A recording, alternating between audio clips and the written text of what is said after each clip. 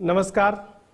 ચૂંટણીનો સમય છે અને આ ચૂંટણીના સમયમાં નેતાઓ સતત ગુજરાત આવી રહ્યા છે અને પોતાના હાઈકમાન્ડનો સંદેશ, હાઈકમાન્ડનો મેસેજ એ ગુજરાતની જનતા વચ્ચે મૂકી રહ્યા છે. ગુજરાત ફર્સ્ટના પોડકાસ્ટ સ્ટુડિયોની વિશેષ રજૂઆત સાથે હું કિશન કાટેલિયા અને આજે આપણી સાથે વાત કરવા સરસ મજાના મહેમાન એ દિલ્હીથી આવ્યા છે. આપણી સાથે પવનભાઈ છે. પવનભાઈ કેમ છો? બધું સારું છે. જય શ્રી કૃષ્ણ. જય શ્રી કૃષ્ણ. પવનભાઈ, પવન કઈ બાજુ છે આ વખતે? ગુજરાતનો પવન કઈ બાજુ છે? पवन कांग्रेस की तरफ आ रही है. हाँ, मिजाज बदला हुआ है, मौसम बदला हुआ है. कांग्रेस की रणनीति है इस बार के चुनाव में. किस रणनीति के तहत कांग्रेस इस बार चुनाव लड़ रही है, खास तौर पर गुजरात में? रणनीति किशन भाई बहुत स्पष्ट है. गुजरात में सबसे बड़े मुद्दे क्या हैं? सबसे बड़े मुद्दे बेरोजगारी के हैं, पूरे देश में भी हैं और गुजरात में भी खास तौर पे हैं. जो एमएसएमई सेक्टर को तबाह किया पिछले 10 साल में, उससे भी बेरोजगारी बढ़ी है. वो एक बहुत बड़ा मुद्दा है. और महिला सुरक्षा तो है ही, शिक्षा कितनी महंगी है गुजरात में. 25 साल से ऊपर हो गए इनको यहाँ सत्ता में, तो आपको कोई बहाना बचा ही नहीं इनके पास. स्वास्थ्य सेवाएं हमने कोविड में देख लिया असलियत क्या है स्वास्थ्य सेवाओं की. आप इतने साल से सत्ता में हैं, आप शिक्षा और स्वास्थ्य को अफोर्डेबल नहीं बना पा रहे कि आम आदमी को ज्यादा खर्चा नहीं करना पड़े, अच्छी सुविधाएं हों. अब दिल्ली में हम तो 15 साल सरकार में थे, हमने करके दिखाया. तो ये 25 साल और यहां नहीं कर पाए, कारण क्या है, बहाना क्या है इनके पास? पवन जी, गरीबी एक झटके में दूर करेंगे, राजा महाराजाओं ने जमीन ले ली, ऐसे बयान राहुल गांधी ने दिए. अब उसी इसके बाद लगातार पीएम समेत पूरी भाजपा हमलावर हो गई है. आखिर ऐसे बयान चुनाव के टाइम पर क्यों दिए जाते हैं? ऐसे बयान की क्या इस जरूरत बयान पड़ती है? में खास तौर पे गरीबी वाले बयान में कहीं कोई गलत नहीं, कुछ कमी नहीं थी जी. हमें मालूम है कि नीतियां कैसे बनाई जाती है. अब डॉक्टर मनमोहन सिंह ने 10 साल में 27 करोड़ लोगों को गरीबी रेखा से ऊपर उठाए. तो मैं नहीं कह रहा ना, विश्व बैंक कहता है. कैसे उठाया था? नीतियों में चेंज करके. आप नीतियां बदल दो, इस देश के पास वो ताकत है. ये देश का नागरिक खुद अपनी गरीबी दूर कर सकता है अगर आप नीतियां बदल दो. तो आपकी सरकार की जो नीतियां हैं उसी से तबाही हुई. कांग्रेस अपने प्रत्याशियों जो भी है, या सूरत के हो या इंदौर के हो, आप उसको भी नहीं संभाल पाए. क्या ये कांग्रेस को शोभा देता है? इतनी पुरानी कांग्रेस, जिस कांग्रेस ने देश को आजाद किया, जिस कांग्रेस ने देश की सबसे पहले चुनाव को जीता, और इस कांग्रेस की आज ये परिस्थिति है जहां पे सूरत का उम्मीदवार कांग्रेस के साथ ही गेम कर देता है. इंदौर का उम्मीदवार आपने फोटो भी देखी होगी. बिल्कुल देखी किशन भाई. ये कांग्रेस की परिस्थिति नहीं है.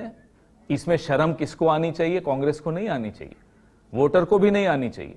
इसमें शर्म सिर्फ भारतीय जनता पार्टी को आनी चाहिए कि आप जो सीट हर सर्वे में मालूम है कि सूरत आप जीत रहे हो, फिर आपको ये करने की क्या जरूरत पड़ी? तो आप सोचिए. परसेप्शन सर, परसेप्शन ये क्या होती परसेप्शन है? ये ये बोल रहे हैं साम दाम दंड भेद, ये राजनीति है. और हम उसमें सारे चीज भाई, आप साम दाम दंड भेद वहां करो जहां आप हार रहे हो. जहां आप जीत रहे हो वहां आप लोकतंत्र से लड़ाई लड़ रहे हो, लोकतंत्र को हरा रहे हो. आपकी लड़ाई क्या लोकतंत्र से? आपकी लड़ाई हो सकता है कांग्रेस पार्टी से. लड़िए, लड़के जीतिए. लोकतंत्र से क्यों लड़ने जा रहे हो? क्यों आप संविधान को हरा रहे हो? क्या इसलिए आप सत्ता में हो? तो फिर ये जो सारी चीजें हैं, ये इंदौर की हो, सूरत की बात हो, आपको नहीं लगता कांग्रेस के कार्यकर्ताओं का जो मनोबल है वो यहाँ पे कहीं ना कहीं टूट रहा है? दुगने रूप से बढ़ा है. पूरे देश में कांग्रेस के कार्यकर्ताओं में, वोटर में और ऐसे तमाम लोगों में जो सही सोचते हैं, जो संविधान के साथ खड़े हैं, उन सब में गुस्सा है. और इस देश के एक एक सच्चे भारतवासी को दुख होता है कि इस तरह से आप चुनाव क्या जीतते हो साहब. इससे तो न लड़ते वो अच्छा है, ऐसे अगर लड़के जीतना है तो. प्रियंका जी, सोनिया गांधी जी, वो चुनाव नहीं लड़ रहे इस बार. अरे अभी वक्त तो उसको भी तो मुद्दा बना रहे हैं लोग. अरे इनके लिए क्या मुद्दा बनाना? पार्टी उसको भी मुद्दा बना इन्हें रही है. बनाने दो मुद्दा, उससे क्या फर्क पड़ता है? इनके हाथ के मुद्दे हैं क्या? हम बेरोजगारी की बात कर रहे हैं, ये हमारी बात कर रहे हैं. हमारी बात करने में क्या आपको रुचि है भाई? देश को थोड़ी सुनना है कौन चुनाव लड़ रहा है, कौन नहीं चुनाव लड़ रहा. देश ये देखना चाहता है कि जो भी चुनाव लड़ रहा है वो मुद्दे क्या उठा रहा है. अब अगर नौजवान का मुद्दा उठाते हैं, आपको पता है किशन भाई, 1 घंटे में 2 नौजवान आत्महत्या करते हैं इस देश में. क्या वो मुद्दा नहीं है? एक दिन में 30 किसान आत्महत्या करते हैं. क्या ये बड़ा मुद्दा नहीं है? 1 घंटे में 4 बलात्कार होते हैं. क्या ये एक दिन में 100 बलात्कार? क्या ये बड़ा मुद्दा नहीं है? अब इनको इन मुद्दों से बच के भागना है तो ये फालतू के मुद्दे उठा लेते हैं। भारतीय जनता पार्टी कह रही है 400 पार, और गुजरात में तो पवन सर 5 लाख से ज्यादा, 5 लाख से ज्यादा वोटों से ये लोग चुनाव जीतने वाले हैं, ऐसा दावा लगातार हो रहा है। मुझे एक बात बताओ किशन जी, जब जीतने के लिए और सरकार बनाने के लिए सिर्फ 272 चाहिए होते हैं तो 400 क्यों चाहिए इन्हें? ये नियत क्या है? हम बार बार सोचते थे कि क्यों बोल रहे हैं 400 पार, फिर जवाब वहीं से आया, अनंत हेगड़े से जवाब आया, ज्योति मिर्धा से जवाब आया, अरुण गोविल से जवाब आया कि साहब संविधान बदलना है। क्यों बदलना संविधान? आप आरक्षण के खिलाफ हैं। हम तो कह रहे हैं आरक्षण के ऊपर जो 50% की सीमा है वो भी हटाइए, और जो अगड़ी जातियां हैं, बड़ी जातियां जो अपने आप को हम जो कहते हैं जिनको कि साहब ये फॉरवर्ड कास्ट हैं, उनके भी जो आर्थिक रूप से पिछड़े हुए लोग हैं उनको भी अनामत मिलनी चाहिए, रिजर्वेशन मिलना चाहिए। ये बोलते हैं कांग्रेस ऐसी बातें करके मुद्दा भटकाना चाहती है, कांग्रेस जातिवाद की राजनीति करना चाहती है, इसलिए बार बार अगर जातिवाद, इसमें जातिवाद दिखता है इन्हें, तो अनामत हटाएंगे क्या? ये जब खुद ओबीसी बनना होता है तब वो जातिवाद नहीं होता। अरे मैं ओबीसी हो गया जी, तब तो आप जातिवाद नहीं मानते। सर, गुजरात के कौन से मुद्दे आपको दिख रहे हैं? खासतौर पर गुजरात में आप प्रवास कर रहे हो, कौन से मुद्दे आपको दिख रहे हैं जो मुद्दों के अधीन लोग आपको वोट दें? क्योंकि भाजपा हमेशा कह रही है इस गुजरात को हमने बनाया, हमने इस गुजरात को डेवलप किया, गुजरात में श्वेत क्रांति या 24 घंटे बिजली की बात हो, शिक्षा की बात हो, आरोग्य की बात हो। कहते हैं कि श्वेत क्रांति ये लाए तो कुरियन साहब की आत्मा भगवान उनको शांति दे। क्या सोचते होंगे वो कि क्या हुआ ये? मैं हर चुनाव में यहां सक्रिय भूमिका निभाता हूं क्योंकि मैं पड़ोस के राज्य का हूं, राजस्थान का हूं। गुजरात के मुद्दे, नौजवानों के मुद्दे, पेपर लीक का बहुत बड़ा मुद्दा है। हम अपने न्याय पत्र में, हमारे मैनिफेस्टो में पेपर लीक पर हमने बहुत विशेष ध्यान दिया है। हमने गारंटी दी है कि पेपर लीक से हम मुक्ति करा के दिखाएंगे आपको। हम ऐसा कानून बनाएंगे कि पेपर लीक हो ही नहीं सके। नंबर 2, हमने 30 लाख जो खाली पद पड़े हैं सरकारी नौकरियों के, उनको भरने की बात की है। गुजरात में जो बेरोजगारी की हालत है वो सबके सामने है। नंबर 3, जो राजस्थान में अशोक गहलोत सरकार ने 25 लाख के इलाज की एक सुविधा दी हुई थी, जो आते ही दूसरी भाजपा सरकार ने खत्म कर दी, वो अलग बात है। हम उस स्कीम को पूरे देश में लाएंगे, ये हमने गारंटी दी है। महिलाओं के लिए, जो गरीब परिवार हैं, काफी परिवार 10 साल से गरीबी के नीचे चले गए, गरीबी रेखा के, उनके परिवार में हर महिला को 1 साल में 1 लाख रुपया उसके खाते में आएगा। ये सारे वादे अगर हमने, पहली नौकरी पक्की अगर हमने कहा है, ये सारे वादे तो सब गुजरात के, भाजपा के कौन से वादे? 10 साल आप पावर में हो, अपनी रिपोर्ट कार्ड दे नहीं पा रहे। आप 10 साल से सत्ता में हो, आप बताइए ना, आपका बही खाता खोलिए ना कि क्या किया क्या नहीं किया। कहां है 2 करोड़ नौकरियां जो आपको साल में देनी थी? अब तो 20 करोड़ नौकरियां दे चुके होते आप। कहां है 20 करोड़ नौकरियां? बताएं। उल्टा नौकरी छीनी, 45 साल का रिकॉर्ड तोड़ा बेरोजगारी का। पवन जी, ये सारी बातें हुई, आम आदमी पार्टी के साथ इस बार आपका गठबंधन है, और ये बात सब जानते हैं, आपके नेता भी मानते हैं कि जो कांग्रेस यहां पे 50-60 सीट कोई भी सिचुएशन में लेके आती थी, जब मोदी जी और अमित शाह दोनों गुजरात में राजनीति करते थे, तभी भी कांग्रेस यहां पे 40, 50, 60 सीट लेके आती थी। आम आदमी पार्टी की एंट्री हुई, आप 70 से सीधा 17 पे आ गए। उसमें से भी आपके 4 धारासभ्य ने छोड़ दिया, वो भी फिर से चुनाव लड़ रहे। तो वही आम आदमी पार्टी के साथ गुजरात में गठबंधन, आज वही आम आदमी पार्टी के साथ आप दिल्ली की सीट पे, जहां पे गांधी परिवार वोटिंग करता है, वहां पे उसके साथ गठबंधन।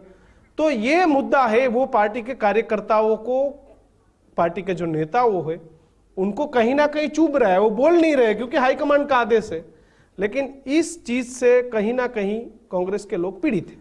देखिए, अगर हम अभी गठबंधन नहीं करते, उसका लाभ किसको मिलता? भाजपा को मिलता। हम क्यों उनको लाभ लेने दें? चिढ़ हमारा कार्यकर्ता नहीं चिढ़ रहा, चिढ़ रहा है भाजपा। भाजपा में बड़ी चिढ़ है कि साहब इनका गठबंधन कैसे हो गया। अब हम तो ऐसे नहीं है जो टुकड़े टुकड़े गैंग है। हमारा भाजपा सबसे बड़ा टुकड़े टुकड़े गैंग कौन है इस देश का? भाजपा। शिवसेना तोड़ दी, टुकड़े टुकड़े कर दिए, एनसीपी के टुकड़े टुकड़े कर दिए। हम इस तरह की राजनीति में विश्वास नहीं रखते। हमें या तो गठबंधन करना होता है या नहीं करना होता। हमने गठबंधन किया। हम टुकड़े टुकड़े गैंग तो नहीं हो सकते भाजपा की तरह। नहीं, मेरा जो सवाल था क्या यही गठबंधन अभी चलता रहेगा? अगर यह गठबंधन विधानसभा में होता तो फायदा था। अरे आज आपके पास लीडर ऑफ ओपोजिशन भी नहीं है किशन गुजरात में। भाई, लोकसभा का चुनाव चल रहा है, आप चले गए विधानसभा पे। नहीं। या तो आप जो बीता हुआ कल है उसकी बात करोगे या आने वाले कल की बात करोगे। मैं तो आज की बात कर रहा हूं। आज चुनाव हो रहा है लोकसभा का, इसी पे रहिए ना। अब कल क्या होगा या कल क्यों नहीं हुआ, ये तो कमाल की बात है। अब इसका जवाब तो मेरे पास नहीं है। पवन सर, आपके रिपोर्ट क्या कह रहे हैं? सिर्फ कांग्रेस की कितनी सीट आएगी गुजरात में? सिर्फ कांग्रेस? गुजरात में कांग्रेस पार्टी आसानी से 25 में से 12 से 15 सीटें बहुत मजबूती से लड़ रही है और जीतने जा रही है। इस बार कांग्रेस ने जो उम्मीदवार दिए हैं, उस उम्मीदवारों में कहीं तो कांग्रेस ने वो जातिवाद वाला या तो पुरानी वोट बैंक को जिंदा करने का एक प्रयास किया है। जैसे उत्तर गुजरात में आपने 3 सीट ठाकुर को दे दी, गेनीबेन ठाकुर, रामजी ठाकुर, चंदनजी ठाकुर। सौराष्ट्र में आपने लेवा पटेल को सीट दे दी। तो ये मैसेज क्या दर्शाता है कांग्रेस ये के? ऐसा नहीं है कि ये सोच के दी। जो समाज में समाज के अलग अलग वर्गों का जो प्रतिनिधित्व करते हैं उनको हमने मौका दिया। वो अगर उस समाज में बहुत प्रभावशाली हैं तो उन्हें जाहिर सी बात है हमने टिकट दी। हर पार्टी यही करती है, हमने भी यही किया। हर जाति को, हर समाज के वर्ग को सही प्रतिनिधित्व मिले, यही संविधान की लड़ाई है। यही कांग्रेस पार्टी की, गांधी जी के वक्त की, सरदार पटेल के वक्त की लड़ाई यही रही है। आज भी वही चल रही है, वही कर रहे हैं हम। पवन जी, भाजपा बोल रही है कि कांग्रेस के पास अपना कुछ मुद्दा नहीं है। 2017 में अल्पेश ठाकुर और हार्दिक पटेल के आंदोलन और जिग्नेश मेवाणी के आंदोलन पर पूरी कांग्रेस चली। इस चुनाव में सक्रिय आंदोलन को आगे लेके चल रही है, लेकिन इससे कांग्रेस को कोई फायदा नहीं। कोई भी राजनीतिक दल, उनके पास अपना खुद का कुछ नहीं है, वो दूसरे के पे ही चल रही है। आपकी बात भी समझ गया, भाजपा की बात भी समझ गया, उसी का जवाब दे रहा हूं। कोई भी राजनीतिक दल समाज से ही आता है, समाज से बाहर से नहीं आता, कहीं मंगल ग्रह से नहीं आता है। तो अगर समाज में किसी मुद्दे को लेकर रोष है या गुस्सा है तो जो एक जिम्मेदार राजनीतिक दल है उस वर्ग से मिलता है, उसकी बात समझता है, सुनता है और उस पर अमल करता है, उनका साथ निभाता है। हम साथ निभा रहे हैं, क्या गलत है? आजादी का आंदोलन भी ऐसा ही था। कुछ लोगों को था, बहुत पुरानी बात मैं बता रहा हूं, आज से 100, 125, 150 साल पुरानी बात, 150 साल पुरानी बात। लोगों के मन में रोष था कि साहब ये अंग्रेज हम पर राज कर रहे हैं। धीरे धीरे कांग्रेस नाम की पार्टी बनी। तमाम लोगों का हमने साथ दिया जो आजादी का आंदोलन लड़ रहे थे। वो गरम दल के थे, वो नरम दल के थे, अलग अलग तरह के उनके तरीके थे लड़ने के। आरएसएस के लोग तो बाद में आए, वो भी हमारे ही साथ जुड़ते थे। फिर आरएसएस ने एक रूल बना दिया कि साहब नहीं, आजादी के आंदोलन से हमें दूर रहना है, तो अलग बात है। लेकिन ऐसे ही कांग्रेस बढ़ी, फली, फूली और देश को भी आगे बढ़ाया, क्योंकि देश की आवाज सुनने की क्षमता कांग्रेस पार्टी में है, थी और रहेगी। पवन जी, गुजरात में हर हमेशा बड़े नेता कांग्रेस की एसेट हो, या अर्जुन मोढवाडिया हो, सीजे चावड़ा हो, बहुत लोग हैं जिन्होंने अभी कांग्रेस छोड़ी। उन लोगों का वही जब पूछते हैं तो वो सीधा हाईकमांड पे कुछ ना कुछ आक्षेप कर देते, हमारे से बात नहीं होता, हमारी बात को सुनी नहीं जाती, सरकार तो है नहीं, हमें कुछ होदे चाहिए, वो नहीं मिलते। तो जो दिल्ली में बैठी कांग्रेस है और गुजरात में बैठी कांग्रेस है, उसके बीच कम्युनिकेशन का हर बार हर नेता कहीं ना कहीं आक्षेप कर देता है। बहुत बड़ी और पुरानी पार्टी है। कई बार राज्यों के नेताओं को के मन में आ जाती है ये बात। मैं गुजरात की बात नहीं कर रहा, और भी कई राज्यों में ये बात सुनने को मिलती है। समय समय पर उनकी शिकायत दूर भी होती है, क्योंकि एआईसीसी और पीसीसी के बीच की जो पुल है, जो सेतु है, वो हमारे महासचिव होते हैं, प्रभारी महासचिव। कई बार महासचिव ऐसे होते हैं कि वो पूरी बात सुनते हैं, सुनने का समय होता है। कई बार चुनाव के वक्त नहीं सुन पाते, क्योंकि चुनाव सर पे खड़ा होता है, तो कई बार नहीं सुनाई दी जाती बात।